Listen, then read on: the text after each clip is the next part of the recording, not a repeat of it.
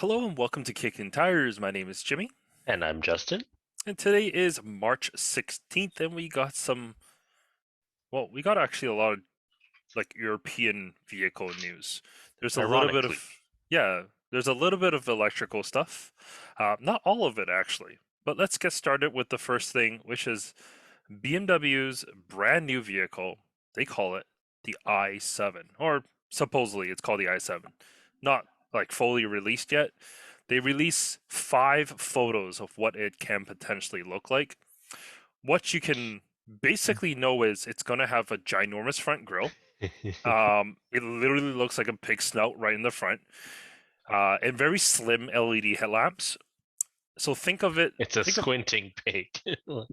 Yeah, so think of like Angry Birds, right? When you hit the pigs, they get angry and they squint a little. That's basically what this looks like. So it's so similar on the front to like the iX, which is of course their electric SUV. So this whole i7 thing, of course, is supposed to be their flagship sedan. They're going to release also a 7 series as well, because that needs to be updated, and they're going to release a gasoline version. But like just I mean, of course, we can't really tell exactly what it'll look like, but from the pictures that it shows, this doesn't look all that pretty. Um, it's just not the best looking thing, especially because of the second photo where it's I like, don't think it's any worse than the iX.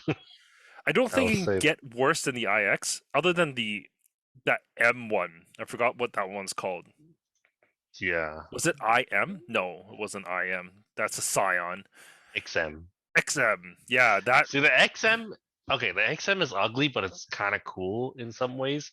But they messed up the back too much. But that one had potential, which maybe they'll fix it on production. It's not common for BMW to fix anything, but this one I think is better than the iX because it simply has more presence, right? Like that's why the X7 can.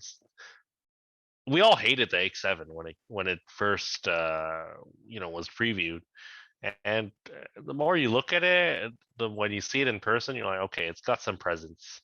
The huge grill, and this one has a more muscular shape to go with this grill and the squinty eyes, so it looks. I think it's better in my opinion. Well, we'll have to wait to see exactly what the full car will look like. But something that they are showing off is there's could it be this flip down monitor behind the front row seats? It's a Hmm. 31-inch wide screen that flips down from the roof. So like a typical van, how it had a flip down screen before, this is basically that for the second row. I don't know if this implementation is better than what most automakers are doing with the screens in the back of the front seats or not, but I mean, it's something, I guess. It's something I a little like different. flip down because it keeps it higher up, right? Like whereas if you have it on the back of a headrest, it's more susceptible to like glare. Hmm.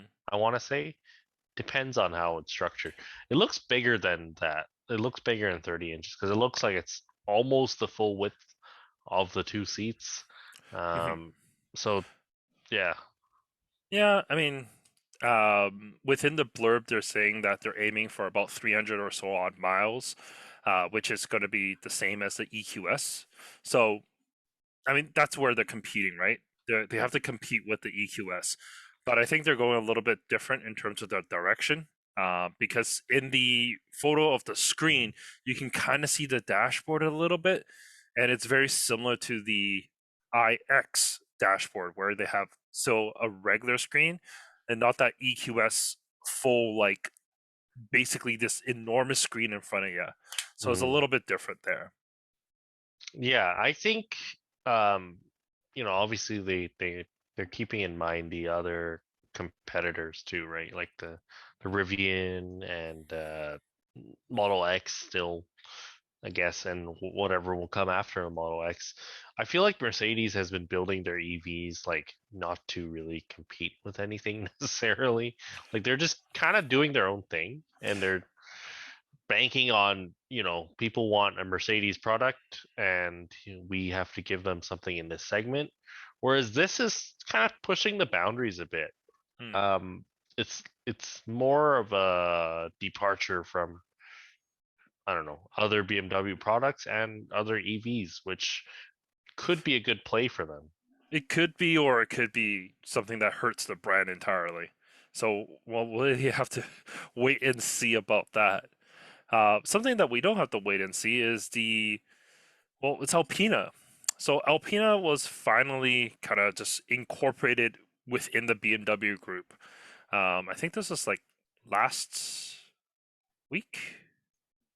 Let me Yeah, see. early like last Thursday. Yeah. So BMW's acquired Alpina officially. So I mean, they've been working closely together for a very long time now, over 5 decades, they said. And yeah, they've Alpina's modifying BMWs for a very long time, and basically, the final assembly has always been done by Alpina, and it will still continue to be that way. So an Alpina is still an Alpina. Um, I don't know how it is with AMG. Is AMG just making the engines nowadays? So if it's a true AMG, they still have people making those AMG engines, but the rest of the vehicle is just on the production line. Yeah, whereas this is like BMW's starting it and then Alpina finishes, is kind of my understanding of it. Yeah. And I mean that's how they like nothing is really changing there. But a lot of people brought up interesting points regarding this acquisition, which uh, is BMW just trying to buy this brand to keep it alive, keep it a thing, because if you leave Alpina to its own ways, they're gonna have a hard time to survive when we're only going to have electric vehicles, and that's within a very near future. That within a decade or so, everything is just going to be electric, and there's just not that much you can do from an Alpina standpoint uh, to be a standalone, boutique company, I guess. That Mm. at that level is that you're going to see, with Tesla, right? You see small companies tuning them, modifying them, developing parts for them. But this is very different. This is like as a boutique manufacturer, there's only so much you can do with electrification. So I think that's it kind of makes sense, and they're kind of incorporating them kind of how Mercedes incorporated AMG. It's a trim line, which obviously they have M though, right? Like it's always been M versus AMG. Mhm. This is Alpina is obviously more on the luxury side than M. So it's kind of their middle tier luxury brand, right? They have Rolls Royce up at the very top. And Rolls Royce industry wise is, it's number one Basically basically. the king. Yeah. Yeah.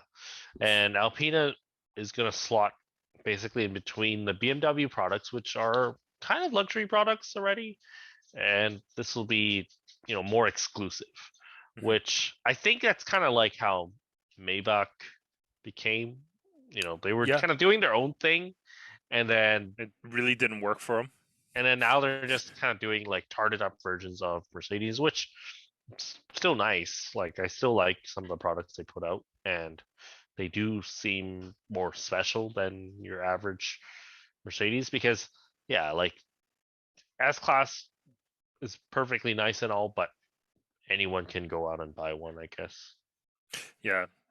I'm afraid is in the future if we're gonna see like how we have the full on M car and then we have like the M Sport versions. Yeah, and performance. Yeah, I'm just afraid that will there be like a Alpina kind of dumbed down version of Alpina?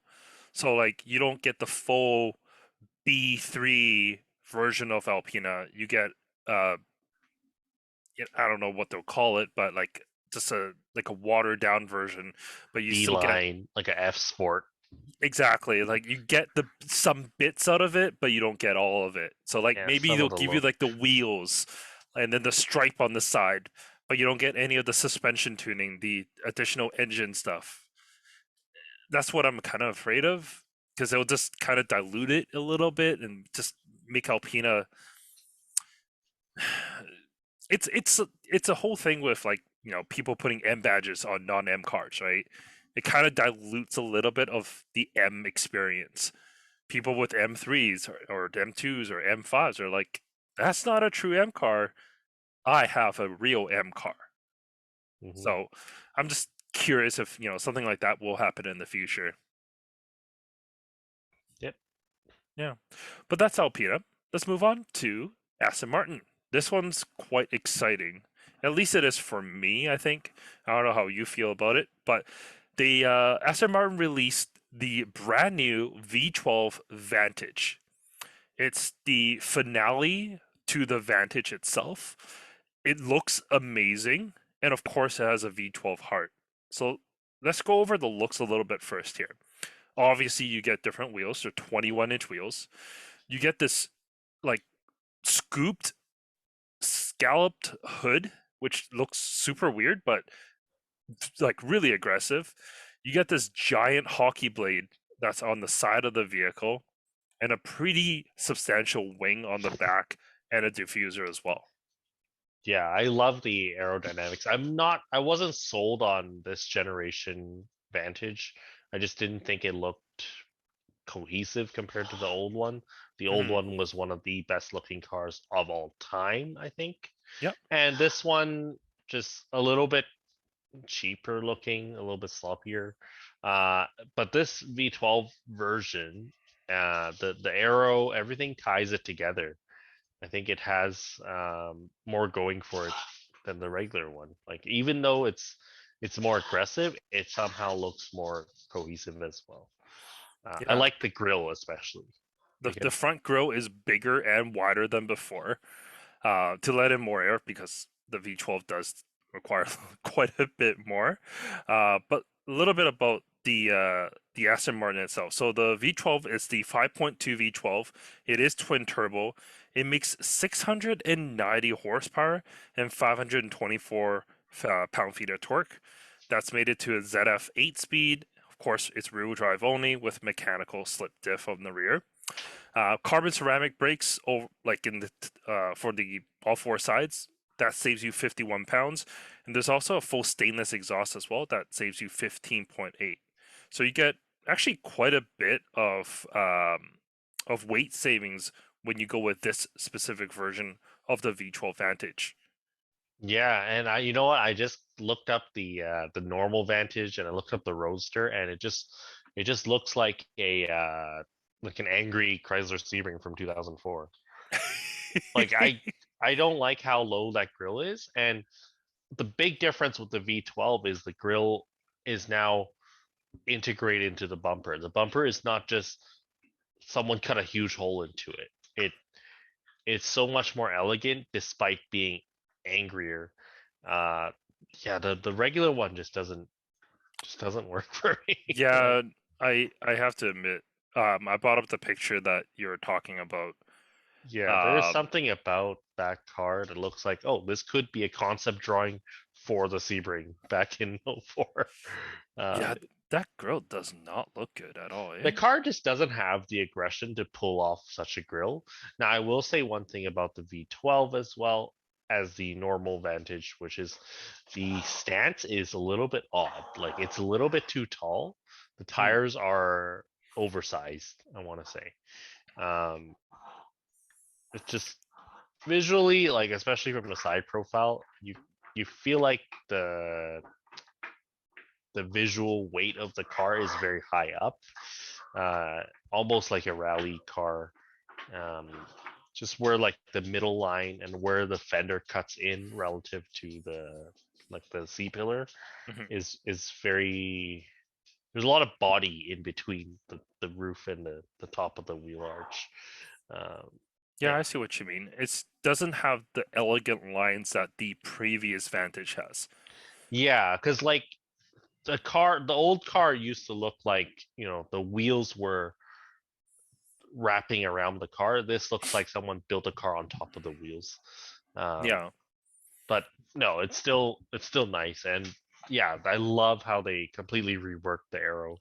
Like it looks like a different car. It's a completely different car. No, I have to agree that the whole front end looks super aggressive. The hood, I gotta say, how it actually just cuts in there, it's super weird because it's not an area that you normally would see a cut. I'm sure there's some sort of extraction that's gonna be going on there for like the underhood temps, but it just looks super weird because it looks like there's a hood and then there's another hood, like there's two like Hmm. stacked on top of each other. So this looks a little funny, but yeah, Yeah, because the black painted section is so big. It's the whole width of the windshield. So yeah. If you yeah, look from the top down, it's the entire thing. yeah, It's yeah. it's almost too wide. Like I feel like it should line up with where the windshield ends, like the A Mm, pillar. yeah, yeah. But Rather than right off to the edges. yeah, it's about 3 or 4 inches too wide, and it could be better. But I'm not complaining. No, I'm not complaining either. I think this just makes the overall car so much better. Um, like I think the regular Vantage, we think it's elegant because it's an Aston Martin, but really it wasn't. It has that kind of Ferrari effect on it, where you're like, oh, it's a Ferrari, it's so sexy, it's so pretty, but really it's like the ugliest Ferrari that you've ever seen. Like that's kind of how I feel Yeah. about the regular Vantage. No, and oh, speaking of Vantage, I drove one last month, and it was the worst car I've ever driven. The first, not even that old. It was a 2012, so it had the updated engine and the updated transmission, automatic transmission. The manuals are supposed to be fine, but the automatic was disgusting. Like if you've driven a Smart 42, No way it it was that bad. it is worse than a Smart Oh 42. gosh. It's actually it's genuinely worse than a Smart 42. It shifts just as slow, but it will jerk even more because it's got so much torque. So it's like when sometimes when you're driving manual in a car you're not familiar with, you let the clutch out a little bit too fast and the car kind of bucks. Yeah, It yeah. does that, Mm. and even the 4.2 doesn't do that. It bucks once, but this will buck like 4 or 5 times. It was I don't know, the previous generation, get the manual. With the current generation, get the V12. Makes sense. Actually, I mean, if you're gonna get the last one, you can still get that with the V12, Yeah, but you can't get the V12 the manual. I think. yeah. But any of the manual ones are okay with the previous generation, is what I, I'm saying. I mean, you know what? I think if you are gonna get a previous one, you can just have it sit there. It can be leaking oil. It can be like non-functional, and I think it's still a win, just because of how beautiful the previous one looked. Yeah, interior, exterior, everything about Yeah. Moving on to something just as pretty is Audi. I skipped a topic. I'm sorry. I'm going back a little here. it. This Audi has released another concept. They are pushing every single concept at you. But this one, you know what? Just like the regular A6, it looks like it's going to be something that they can do. So this is the A6 Avant e-tron concept. We saw the A6 concept a few months ago. I mean, it's super elegant. It's really, really nice. Was it an A6 or A7? I can't remember. But it's a super elegant and super nice. But this long roof wagons, and every car enthusiast lusts after long roof wagons. It is such a pretty car. It's so big. It looks massive. Like It does look big. even more so than the current A6. I don't know. Yeah, I'm sure the dimensions are kind of similar to the current vehicles, but it's such a beautiful vehicle. We'll likely never see it here in North America. We might see like one with body cladding lifted up a little bit because that's the only way to sell wagons here. But it's I don't know. I'm loving it. I'm Yeah, absolutely loving it. I do enjoy this look. It's if you haven't seen it, just Google A6 e-tron. It is really nice, and it's a departure from what we the typical scaled up, scaled down Audi. I think there's actually a lot of like really cool styling in this car. Yeah, like Um, the taillights. yeah, and just like the roof line, like there's more going on here. Like the back end doesn't even look Audi. If you took away the Audi badge, you wouldn't really think, oh, this is just Yeah, another rehashed Audi product. Whereas even the RS6 that everyone loves right now, even that just in many ways is like, oh, this is a scaled up version of an A3. there's Like a just picture. being honest. There's a picture here of the A6 with the guy. I don't know how tall he is, but He looks like, confused, like, did I design? but like the car does look massive in this one photo next to him. The car Like, is massive because it, look, the concept is low to the ground, but right? I don't know if they will actually make a production car that low.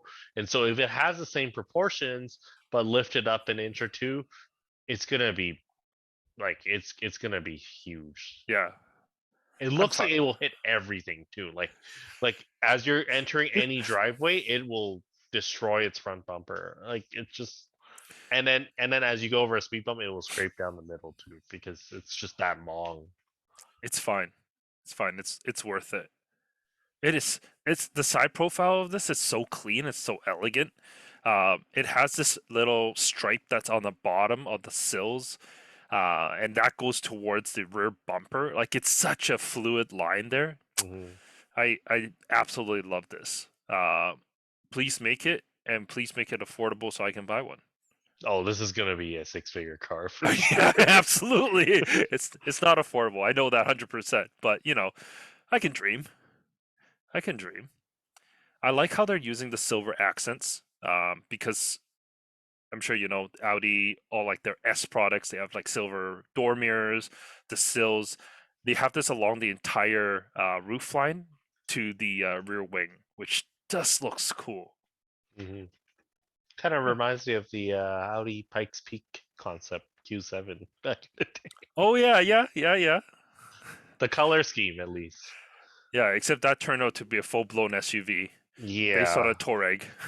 I remember I had one in Gran Turismo that was like had a top speed of like 230 miles, so That you sounds could tune the realistic. crap out of it. Yeah. Yeah, yeah, just Audis, they make good concept. Oh, That's this just it. looks production ready too, right? Yeah, so um, from what I was reading from like other like auto magazines and whatnot, they say that it's very likely this car will come to production at the end of 2023. So not bad, not bad. And of course, being an electric car, it should be nice and easy to live with, because that's how Volvo wants to kind of revamp your way of living. So Volvo, they're investing quite a bit of money here into 60 charge point fast chargers, so DC fast chargers, in at least 15 Starbucks locations. So what they're hoping to do here is they're like, hey, while you charge your car, get a coffee, go to the bathroom, you know, relax a little. But what's kind of weird on this is they also show you a map of these charge points. It's just between Seattle and Denver. No California, because no, Like no, yeah. what? The whole state of Nevada and California is drawn. I Yeah, don't know. It's very specific. it's a very specific route. I don't know how many people are going from Denver, Colorado to Seattle that often. Like Seattle, I get because that's home of the Starbucks, right? Yeah. But Denver's like Volvo is not from Denver. No, I get it. It's just because these areas are EV. I think they're EV ready parts of the states, but they just don't have as much infrastructure. And so I guess that's why, like, California is flooded with charging stations, but parts of Idaho probably not, right? Like that's probably why they want to um invest in this technology. And but it's not like only Volvos can use it, No, not at all. right? So this is charge point chargers. So anyone that can use DC fast chargers can charge here. Even Tesla owners can do it because Tesla owners, there's an adapter from the DC fast charge into this honking thing, and you can Hmm. plug it into your car. Yeah. So it really is for everyone. So I mean, it's a good thing. It absolutely is because you can never have too many chargers, Yeah. I right? wonder how that will work out. Like, is there a perk that, oh, if you're a Volvo driver, it it it's a cheaper rate, or if it's free? Maybe. Oh, definitely not Probably a free. few thousand K of free charging when you have Maybe, Volvo. Yeah. maybe just initially so that you can try it, kind of thing. Yeah, That because that would you make gotta sense. have reasons to incentivize putting this money in, right? Like Yeah. you're, uh, they are Volvo. Well, it's not even Polestar, actually. It No, is just it's Volvo. just Volvo. Yeah. Yeah, if you think about it, like I feel like Polestar is a brand that they want to push, but it seems like at every opportunity they're trying to separate these two brands as well. Just they want you to think that they're two different entities. Like whereas, if this was say a Lexus charging station, they would always have Toyota and Lexus. Yeah. It would They be would more, definitely put the two together. yeah, or a Honda Acura station. This is no, this is just Volvo. Just yeah. Yeah. I love DC fast charging. Like a lot of people don't realize how good it's gotten. And Yeah. like with anything, like an Ionic, a Volvo, ID4, you Well, get really good charging. you definitely do if it works. So Yeah. that's the biggest thing. The Electrify America. Electrify America and Electrify Canada has been getting a lot of flack for their DC fast chargers not working. So who knows, right? That's the biggest thing right now is while they're putting up all these chargers, a lot of them don't tend to work. Like here Well, in BC, that's just, new technology kind of thing, right? I well, I think, don't even know if it's new technology. It's just like the charge station is just broken. It says it requires service.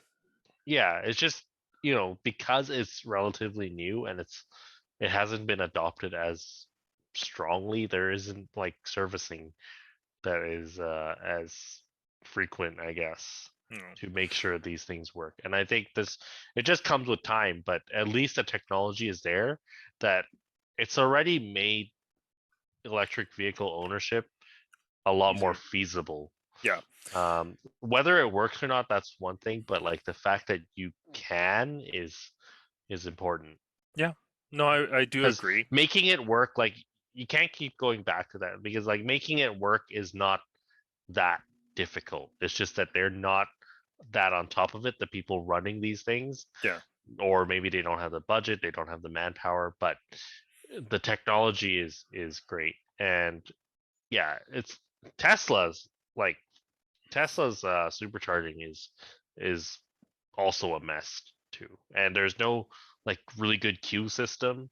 That's a lot of people have been asking for that um is just like better lineup kind of system because it's just you'll go there and then you'll see one guy just circling like a vulture, like waiting to snipe sniper charger. a Yeah, charger. Yeah, and yeah, it's just it's the same stuff. Like you're gonna have these kind of weird cultural phenomena that happen at charging stations now.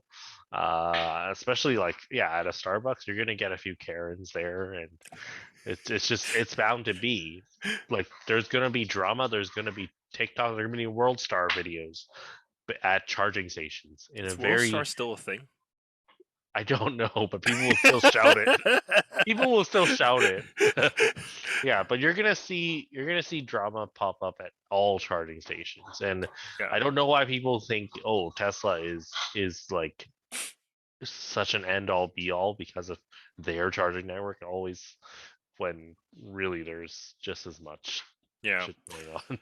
What what I here in Vancouver, there isn't enough DC fast charging within the city, anyways. Mm, I mean, I get it. In the city, you probably won't need a DC fast charger as much, but there really isn't. Most chargers that's out there are level 2 chargers, and they're split level 2s as well. So I was at Market Crossing. I was the only person charging. I get 7 kilowatts. When another car pulled up, it dropped me down to 3. If I'm doing 3 kilowatts an hour, I can be plugging at home like for 120. It'll be exactly the same. Okay, maybe not, but like it's it was just depressing charging there because it's like I was sitting in the car, I wasn't doing anything. I was just editing, and then the other guy, as soon as he plugged in, I saw my time jump from like a few hours to like 20. I don't remember exactly how much, but like it was a long time, and I was like, I give up. I just go home. There's no point. There's literally no point for me to stay here. But yeah, that's the even level 2 chargers. There's still issues with, but I guess that's with any electrical like That's with systems. the fuel pumps. Oh my god! The other day I went Friday night, and there was a well, it was pretty cheap, 195 for 94 gas, One and oh my god, this 195 is was pretty cheap. yeah for like it was those premium for the price of regular Oh, deals. oh, oh, okay, Yeah, okay. and I was there for half an hour, right? Jeez. Like people are like this like this stuff doesn't happen with internal combustion. It absolutely does. It certainly does. It's just a Yeah, little different, that's all. yeah. Yeah. Let's move on to Acura cuz uh cuz we did the podcast last Wednesday. This dropped on Thursday. So excuse me, we just missed it. So Acura dropped all the information for the next generation Integra, the 2023 Integra. And you know what? I think they did a good job here with the overall unveil and all the information. First, they got rid of that yellow color. Really didn't work. It really didn't work for them. Heritage. It took heritage from one generation. It really didn't work for them. And then they dropped all the like, oh, it's a Integra in DC5. So like in the press release and the video on this, they have like the old Integra, the first generation Yeah, Integra, like the one that people forgot don't really about. care for like DA or something. Yeah, because this is what that Integra is supposed to be, the higher end Civic. It's not a DC2R, a DC5 replacement. It's Yeah, not. I think we talked about that. Is that like people We don't understand what an Integra is? we definitely 'Cause, did, but they finally came to their senses and did marketing right here, and that is what I'm praising them for. So mm, let's go over it. It's the brand new Integra, just like we thought. It's gonna have the 1.5, no 2-liter engines here, no super handling all-wheel drive. Yes, it is a CVT on the base engines. You can get a 6-speed manual on the top trim. There is a limited slip diff when you go with that 6-speed as well. All of the trims have the exact same 1.5, 200 horsepower power plant. So there's no difference if you pick the CVT or the manual trans.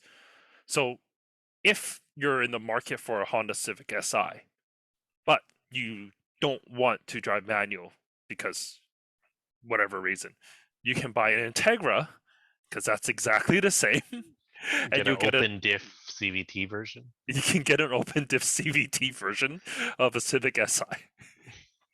Oh, but you can't. Can you get a hatchback? You SI? not an Si hatch. You can get the regular Exact? hatch. You can get a regular hatchback, and the regular hatchback has a slightly detuned motor that only has Yeah. 180 horsepower. So this you get more.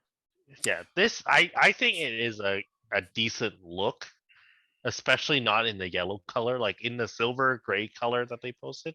The It looks silver, good. the blue looks good. The blue Like looks good. Yeah. And I'm it's like if you want a SI hatch, this is probably the way to do it.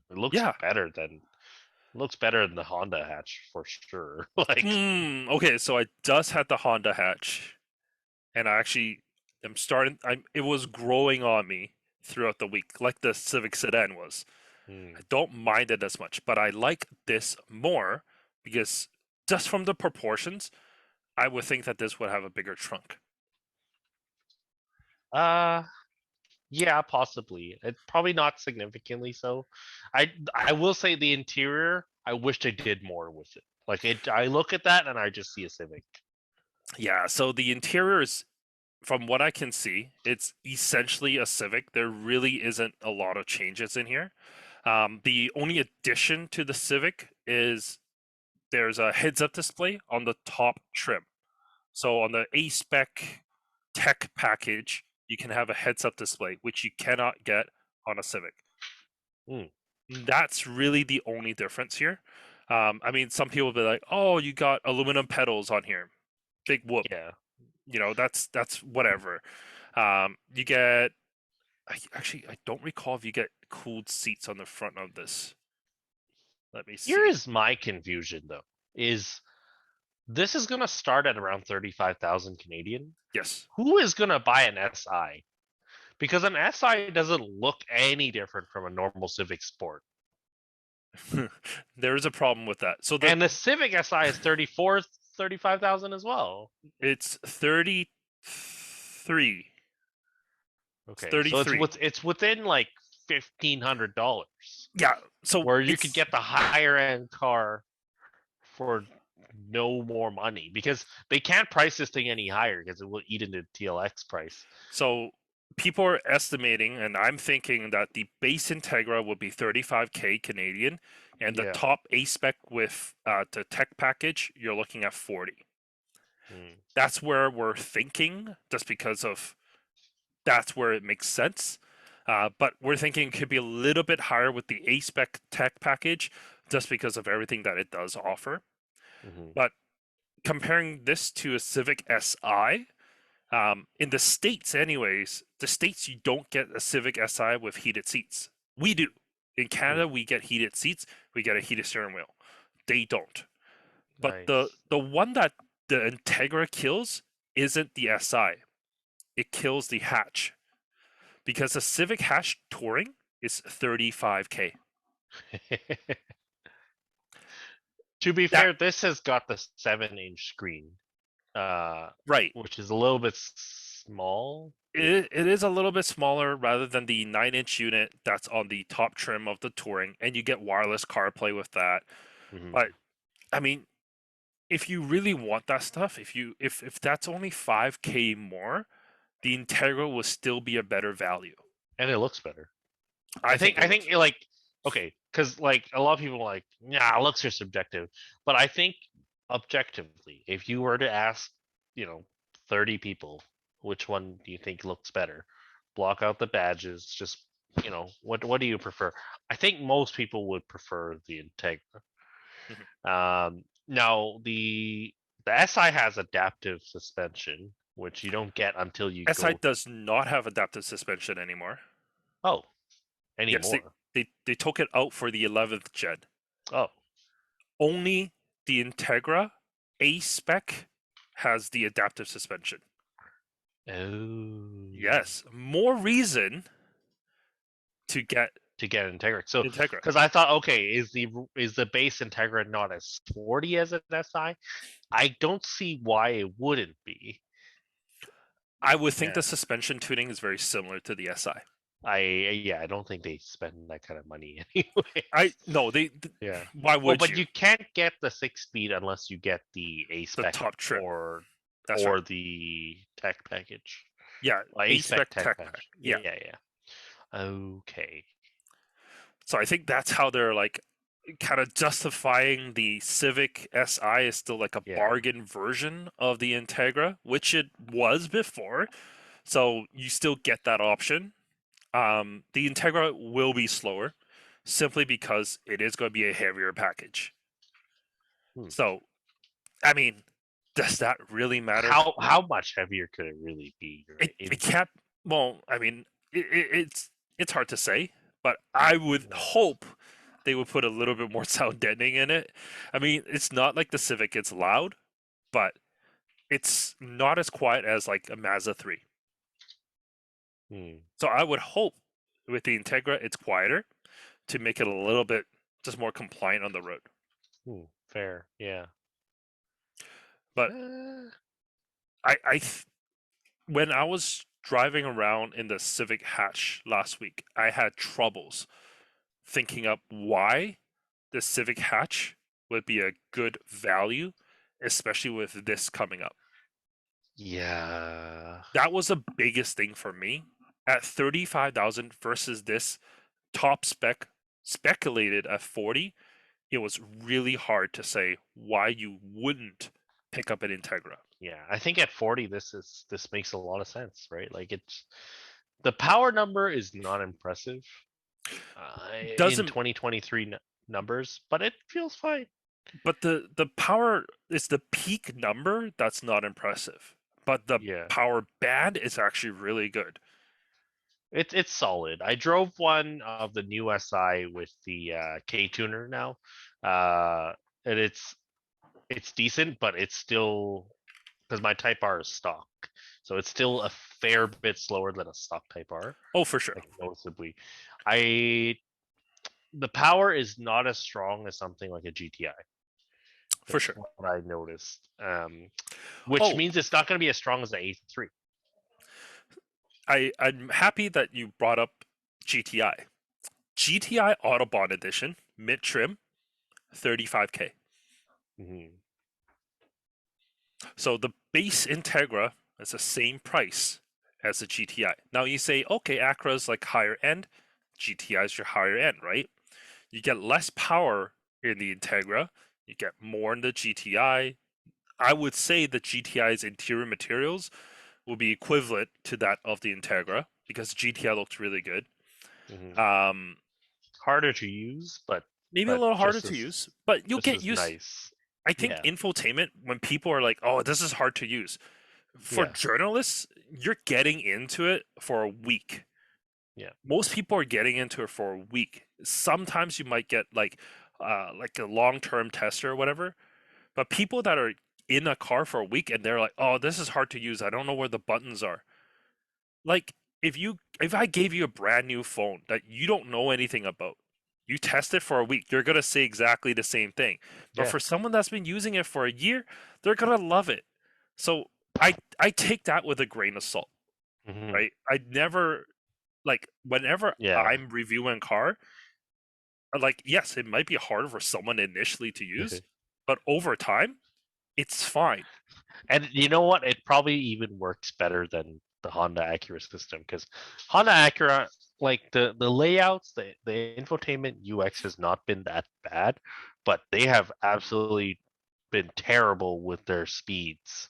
Like I saw someone make a video with the 11th gen Civic, and they're filming from startup to when you can actually do anything with the head unit, and it was almost 30 seconds.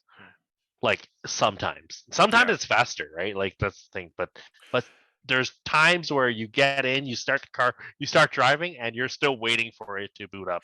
Yeah, in the code, I did find that it was a little slower. My tester actually was quite buggy. Uh, to the fact that my wireless CarPlay sometimes it connects, but then it's just super laggy, it's super slow. Hmm. But then I restart the car and it's fine. So it was something that's within the car that was just an issue. I didn't have that problem with the regular Civic sedan, so I was like, Yeah. okay, whatever.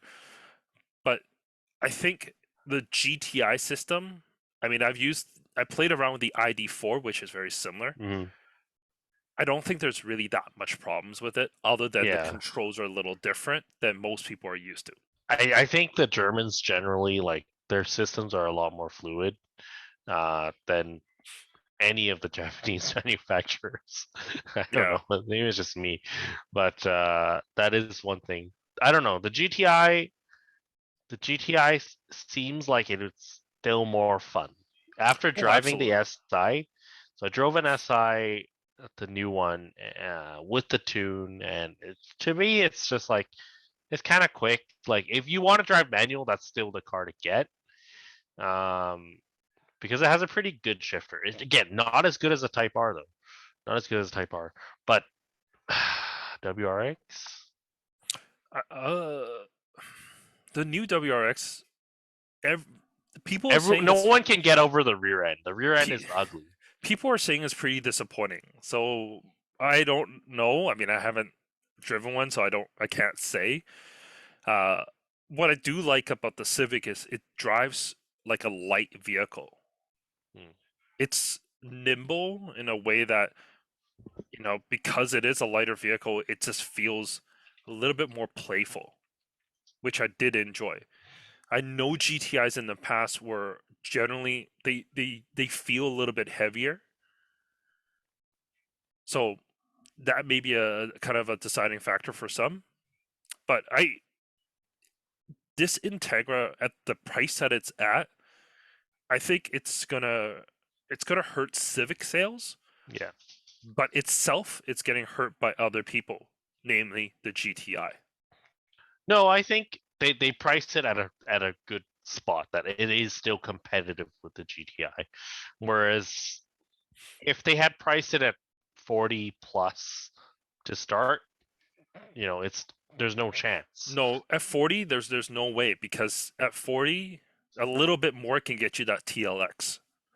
Then Yeah. there really isn't a point to get you into the Integra, because the TLX starts with a good engine, Yeah.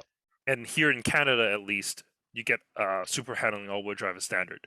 hmm Yeah, and I think, yeah, honestly, yeah, 35. I think a lot of people are going to be eating their words because so many quote unquote car enthusiasts were crapping on this generation Integra, and I think we did say that this Integra it's not all that bad No, when we previewed it, when Acura first teased it, when the yellow one and came out.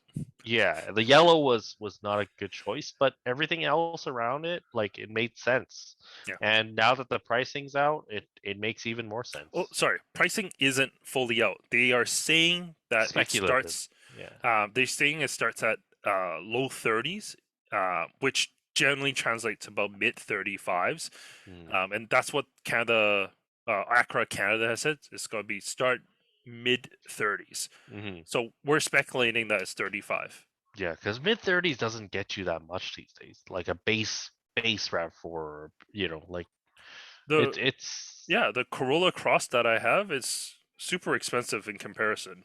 hmm yeah, there's a lot worse you could do for mid 30s, I think, than an Integra. Oh, never mind. The Corolla Cross is 34. 34, yeah. That's Look, basically mid 30s. yeah, I mean, it's right there. It's right in line.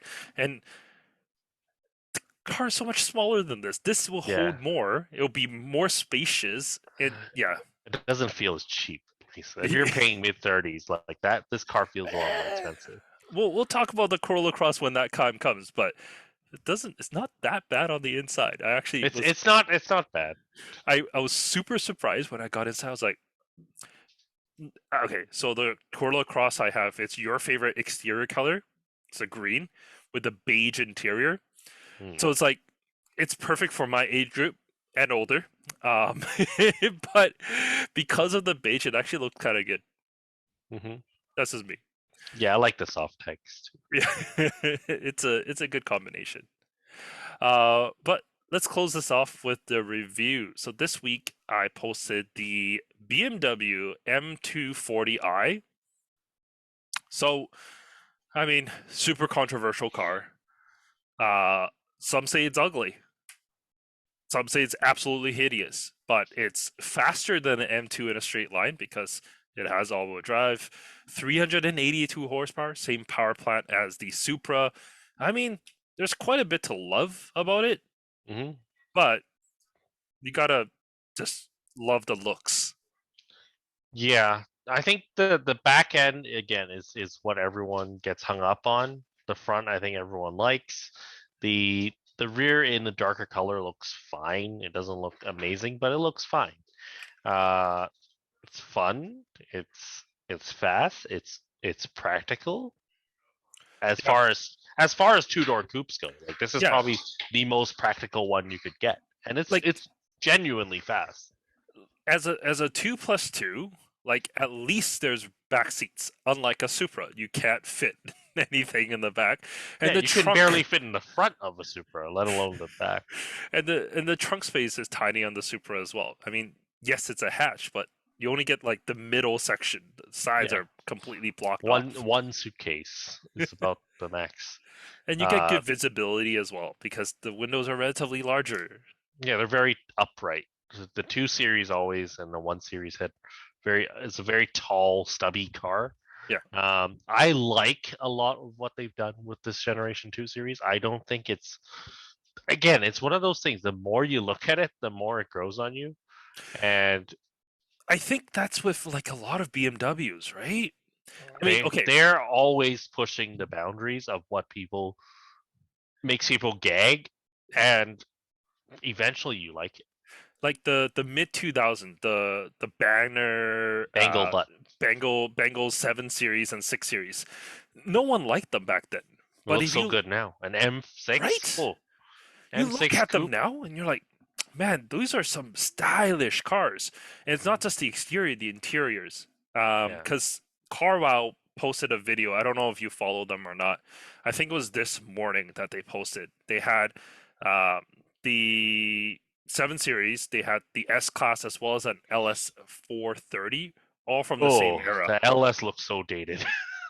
The LS is super dated. The S Class is super dated. But the 7, you look at it, it doesn't look that bad. Like the interior materials, the use of the wood color, like everything looks like today's cars. Like it Mhm. looks good. Yeah, So even the interface is like back then people couldn't figure it out. yeah. But now you get that interface and you're like, "Oh, this all makes sense." Yeah, it's like you go up for drive, navigation is often yeah, it BMW is always just a little too far ahead. Yeah, I think this M240 is gonna be like that. It's gonna be like the Integra. It's one of these cars that people love to hate at first, and Mhm. then you're gonna see you're wrong. And honestly, in this purple color, what do they call the color again? Night Oof. something. It Um, is looks called looks really good. Thunder Midnight Metallic, Thunder mid, $895. not even bad of a price jump for metallic. No, no, Tesla's charging like 3K for a 3 grand, premium, yeah, for mismatched panels and a and their different color. paint is such low quality. You're You're you're getting getting good BMW paint value. Yeah, for 800 bucks. Like you're this getting is good worth value it. here, right? It is really special. I think it is one of these cars that okay, it's not cheap, but it can do it all. It can genuinely do 57 it all. 57,000 Canadian to start for a M240. Yeah, but everything's going up in price, right? 57, even like a mid-grade Lexus IS is there, and this is way more fun. Oh And yeah. honestly, the backseat is no worse than an IS. I know it's a two-seater. It's harder to get into, but the backseat is no worse than an IS. I try to sit in the back. I'm 5'11". I'm not like super tall, but like I was like fully head sideways sitting in the back. It definitely wasn't comfortable, but I was able to put my child seat in the back. I had my kid, my Oliver, in the back as along with my wife. We did go for a drive in this thing, and the entire family did fit, which I was actually surprised about. But she did complain the entire way because getting in and out was not easy. Kind of low. The doors are obviously a little bit longer. Long, They're yeah. not that long though compared to like a 4 Series. And I No, think this looks better than the 4 Series. Like the proportions are better. I think so too. And Um, the entire front end, I think I like this more than the 4 Series. yeah. No, and you know what? It's just people believe what people tell them. And Mm. like one of the favorites of this category is the 1M, which it's it's an ugly car. Like Yeah, 1M is pretty ugly. people 1M the whole 1 series was ugly. The 1M is no better. Like it is cool. It is cool ugly, but it's ugly. Like it looks like someone took a 3 series and crashed into a wall because the front end got flattened, the back end got flattened, and the car is so wide and so short. But because popular culture tells you you must like the 1M, if you're a legitimate car guy, you have no choice. You have to love the 1M. This is one of those where, you know, everyone tells you you should hate this car Yeah, because it's not a real M and it looks awkward. It looks awkward in some angles, but be your own judge and I don't know. Honestly, in the right colors with the right spec, it looks pretty decent. I wouldn't mind it. Yeah, I Yeah. honestly like the entire week that I was driving it. Um, It walking up sounds to it, good too. oh, it sounded great. That B58, yeah. Yeah. Even in comfort mode, it had a little bit of blah blah blah blah blah blah. Did yours have run flats? Or it's on winters It was probably. on winters, but I don't know if they're run flats. Okay. They're Pirelli something. I would Solid zero. I would assume they were as well, just because it's BMW. They Yeah. Because they there's no spare tire, to be yeah. fair. There's yeah. I was actually surprised. Um, in the trunk, like I thought under the floor there'll be something, but you can't even lift the floor up. There's like nothing. You can lift the floor up, I'm sure but you can, but like not by there's no tabs to lift the floor up. yeah. It's one of those really awkward things. And they moved the fuse box off to the passenger side, so you don't even need to lift the floor up Hmm. anymore. I think the battery's still there though. I think it's still The under the I'm not sure. floor because I that's where I it is in the Supra. Like the Supra, they don't want you to lift the trunk floor, but the yeah. battery's there. Hmm. Um, I didn't look hard enough. That's for yeah, sure. Because fully I loaded at was 70 though, so it's. yeah. I This don't one think 70 is that ridiculous. no. Like 70 is with almost every option. Uh, yeah, in 2022 dollars 70 is not that ridiculous. I'm gonna be honest. You don't want some of these options. There's this fish thing scales that's on the side on Mm. the door cards. That's $250, and that's $250 that you can save. You really don't need that. This because this press car was at 68,595, Hmm. and it had like the better leather seats with the blue contrast stitching. That's 1,500. The regular seats are completely fine. Like there's a lot of stuff you don't need. Sunroof, for example. Like I know you hate it. It doesn't really enhance the experience overall. You Yeah, can because take it's that too off. stubby. Yeah. But the problem with not having a sunroof is you don't even get comfort access Oh. because you can't have comfort access without the sunroof, from what I remember. Oh. Like it comes as part of those packages. The premium package. Yeah, and comfort access is not like available as a standalone. And all of the packages have sunroof in it, so kind of sucks. Like that was one of the selling features. So I don't know if I mentioned it last week, but no, I wouldn't have because I sold the M2 Yeah, you after didn't last mention it. week's podcast. Yeah. That was So after. so actually, yeah, I wouldn't have mentioned it, but I sold the M2 for very good price, and yeah, that was kind of the appeal. Was that one? It's a manual. Two, it has no sunroof. So it's one of these more timeless specs that 20 years down the road, this is gonna be attractive to a buyer because there's just less stuff to break. But it still has comfort access because the M2's had it, across the board. Um, yeah. I can't imagine a BMW without comfort access. Like how much of I a mean, I pleb had an F30 without comfort access, and yeah, it was sad. Like, like how much of a pleb do you have to be to take out your BMW key, press the unlock, go inside? I Would it can't imagine buying a new car in 2022 and not having comfort access. Like, that is a new anything. I wouldn't have a Yaris. Like, well, they don't make those anymore.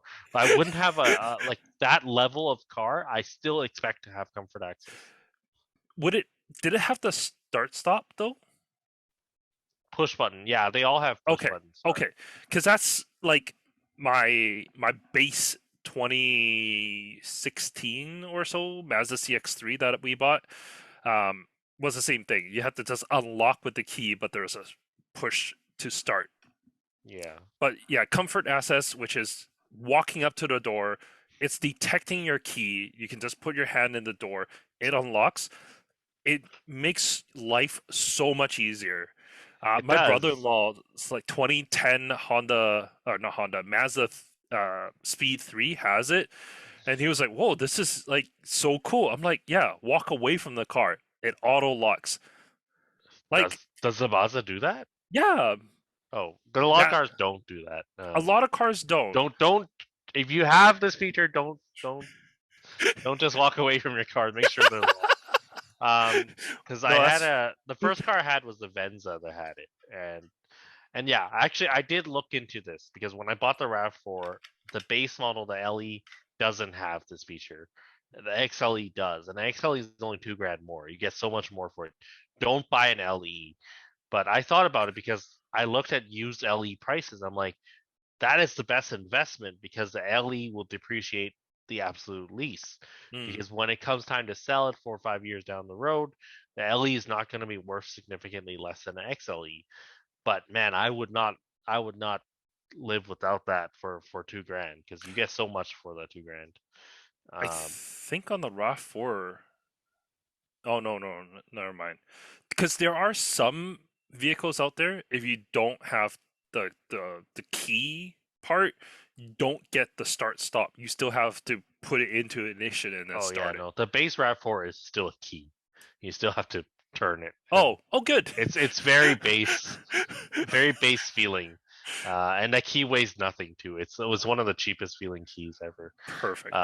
So you have to get the upgrade. I was gonna say also the Honda one drives me nuts. The one on the Type R. Mm.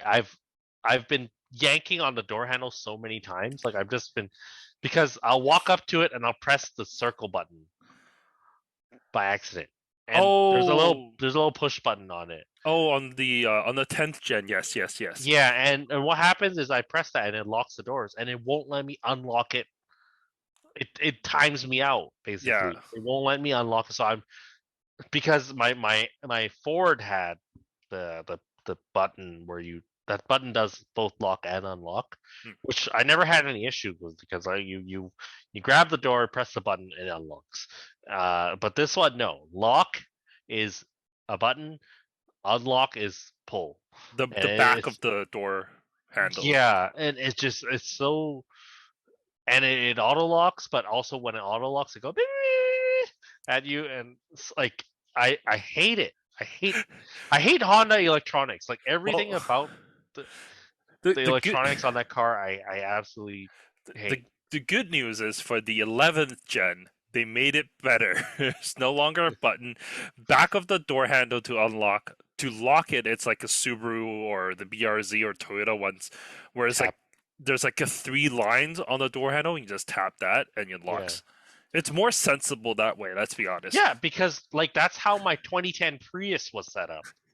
And the new RAV4 is the same. Like there's no issues with that. Honda just like they do their own thing sometimes, and they make some of the worst cars because of it. I Well, hate that car because of it. the 11th gen also has the walk away to lock feature, so you can just walk away and it automatically locks for you. I have So, that too on the 10th gen. oh really? It does. So that's what I Oh, mean. You walk away, it goes and then it flashes, and you don't know if it locked or not. But if you walk up to it, you pull it. then So it no unlocks. matter what, I just press the lock button just to be safe because I know which one lock is. It's the top button. I lock it just to be safe. But I don't know why it does that. I don't know if it's broken. Like there's a And, lot with that car that's like sort of broken electronically. and you That try to like, sell it to me? oh yeah, if anyone wants to take over a lease on a 2021 car, do I have a polished metal metallic example with under 13,000 K on it. Works Uh, perfectly, right? Works perfectly. It works as designed, because this is honestly it's already better than the 2017. I'll tell you that. Like the head unit, as crappy as it is, it's already better than the original one. It has a volume knob now. It's a little bit faster. It's not very fast. Like you have to wait a long time to hear your radio, and even longer if you want to change your source. Uh, How much is it a month for the lease? it's very cheap. That's the appeal because I traded in the 2017 for it, rolled in some positive equity. It's only 330 biweekly tax in. Oh, It's very affordable, but there is a big fee to take over this lease. all right. How about this? Uh, for I'll take it over. $400 a month is what I'll pay. You just pay the residual, the rest. Does this sound fair? I think it sounds pretty fair. Yeah, no. No? All right. Yeah. Well, But it is still one of the best driving cars that money can buy. Like, best driving front wheel drive car? I think by some margin it is. It is an amazing. That's available in Canada. I should state that. I don't even think that, because like there's probably faster ones like those Club Sport McGanns Yeah. or GTIs and stuff. They're probably faster. They don't drive better. Like all the reviews will tell you that, if you want actual feel, steering feel, shifter feel, pedal feel, the Type R does it all. The And Revo it's Knuckle. and it's the most practical. That's it's got a huge trunk and It, back it seat. it is a very practical car. It is a very practical car. Yeah, it's I it's mean, a great car. It's not for me. I find it I don't need something like that. That it's not even a jack of all trades. I think that's doing a disservice to say it's a jack of all trades. But for me, the big